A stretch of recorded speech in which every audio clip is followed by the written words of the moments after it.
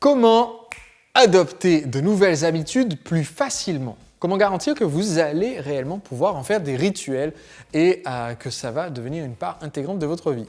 Bonjour, je suis Sébastien Naik, le marketeur français, et chaque jeudi à 19h, je partage avec vous un rituel de l'entrepreneur libre, c'est-à-dire une habitude simple à implémenter et à l'efficacité scientifiquement prouvée pour vous aider à devenir plus heureux et plus productif. Aujourd'hui, j'aimerais vous parler d'une méthode pour vous aider à acquérir des habitudes plus facilement, à les intégrer à votre rythme de vie et donc à garantir que ces idées, ces résolutions que vous avez pour améliorer votre vie vont réellement avoir lieu dans votre vie. Cette technique, il s'agit tout simplement de planifier la semaine parfaite. Qu'est-ce que je veux dire par la semaine parfaite? En fait, depuis que j'ai commencé à étudier la science des habitudes, c'est-à-dire toutes les recherches qui ont été menées sur le fonctionnement de notre cerveau et la façon dont on acquiert et on conserve des habitudes, ainsi que les habitudes optimales, je me suis aussi intéressé non seulement à comment on acquiert des habitudes, mais aussi à quelles sont les habitudes optimales qu'il faut acquérir. Et c'est pour cela que j'ai commencé ce partage au travers des nombreux épisodes de ce podcast du jeudi.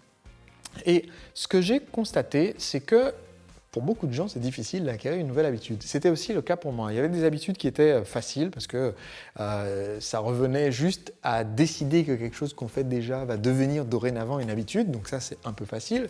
Mais quand on essaye d'acquérir une habitude qui est vraiment différente de notre style de vie actuel, quelquefois, c'est un petit peu difficile. Il y a des obstacles, notamment, par exemple, pour les personnes qui voyagent beaucoup et qui veulent se mettre au sport. Mais voilà, mais je suis à l'hôtel, je ne peux pas faire.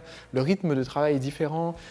Pour quelqu'un comme moi qui intervient beaucoup sur des tournages et qui suis conférencier, eh bien quand on va intervenir sur un séminaire, une conférence et qu'on est en déplacement à l'hôtel, quand on est en tournage et qu'on a des horaires un peu particuliers, eh bien ça peut complètement faire tomber à l'eau certaines des habitudes qu'on voulait prendre. Donc comment faire pour éviter de redémarrer de zéro à chaque fois avec ses habitudes? Il y a une habitude très simple, hebdomadaire, qui prend quelques minutes par semaine à prendre pour pouvoir déblayer un peu et éviter ce danger. En fait, il faut vous rendre compte que quand vous voulez acquérir une nouvelle habitude, ce n'est pas votre motivation et votre volonté qui va vous aider à l'acquérir. La volonté, ça a une très courte durée de vie. On peut avoir de la volonté pendant une matinée, mais pas pendant un mois, 6 mois ou un an. Donc si on veut acquérir une nouvelle habitude, une des bonnes méthodes à utiliser, il y en a plusieurs que je vais aborder dans plusieurs épisodes du podcast, mais une des méthodes les plus efficaces, c'est de chercher quels sont les obstacles à notre habitude. Et si vous déblayez à l'avance le terrain, vous permettez d'éviter de rencontrer ces obstacles à mesure que vous avancez. Pour faire une petite analogie, je suis originaire de la Guadeloupe et j'ai vécu pendant mes 16 premières années avant de venir m'installer en France. Et oui, la Guadeloupe, c'est la France, mais bref. Et donc, pendant ces 16 ans, j'ai eu la chance de vivre de nombreux cyclones. Et quand il y a un cyclone, le problème, c'est que vous vous retrouvez avec des débris d'arbres un peu partout sur les routes. Et c'est pour cela qu'après le cyclone, il est déconseillé de se balader sur les routes parce que d'abord, on doit les déblayer, scier et tronçonner les arbres et ça évite d'être en danger de se retrouver à percuter un tronc. Et dans notre vie de tous les jours, souvent, on pourrait prévoir que vendredi de la semaine prochaine, il va y avoir un tronc d'arbre au milieu de la route. Pourquoi? Parce qu'on sait à l'avance. Aujourd'hui, on est jeudi soir. Vous savez sûrement déjà que mercredi prochain, vous avez vos beaux-parents qui viennent déjeuner. Vous savez sûrement déjà que vendredi prochain, vous avez promis d'emmener les enfants au théâtre. Vous savez déjà que dimanche de la semaine prochaine, vous devez faire les valises pour pouvoir emmener votre famille en voyage. Vous savez déjà tout ça au sujet de la semaine prochaine. Seulement, si vous preniez ne serait-ce que quelques minutes pour anticiper, en se disant chaque semaine, j'ai un rendez-vous avec moi-même. Dans mon cas, j'ai un rendez-vous avec ma femme.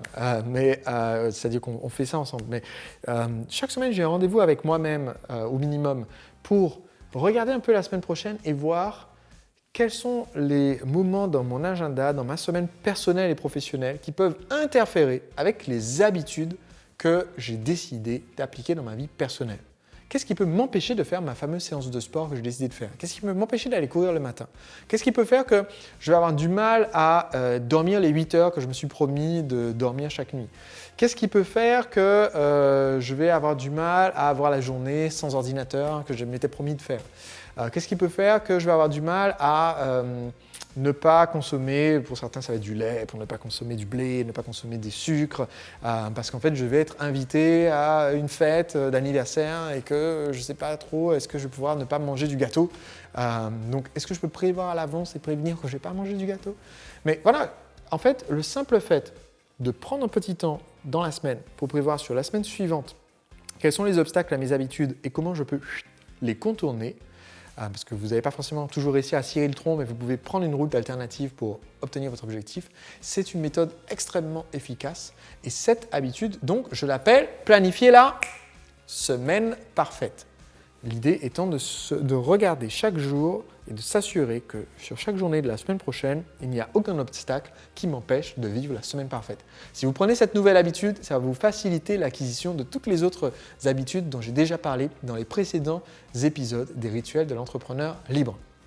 Voilà, on se retrouve jeudi prochain pour une prochaine habitude simple et efficace que vous pouvez adopter pour être plus productif et plus heureux. Pour recevoir la vidéo de jeudi prochain, tout ce que vous avez à faire, c'est de cliquer ci-dessous pour vous abonner afin que je puisse vous notifier quand je mets en ligne gratuitement la prochaine vidéo jeudi de la semaine prochaine.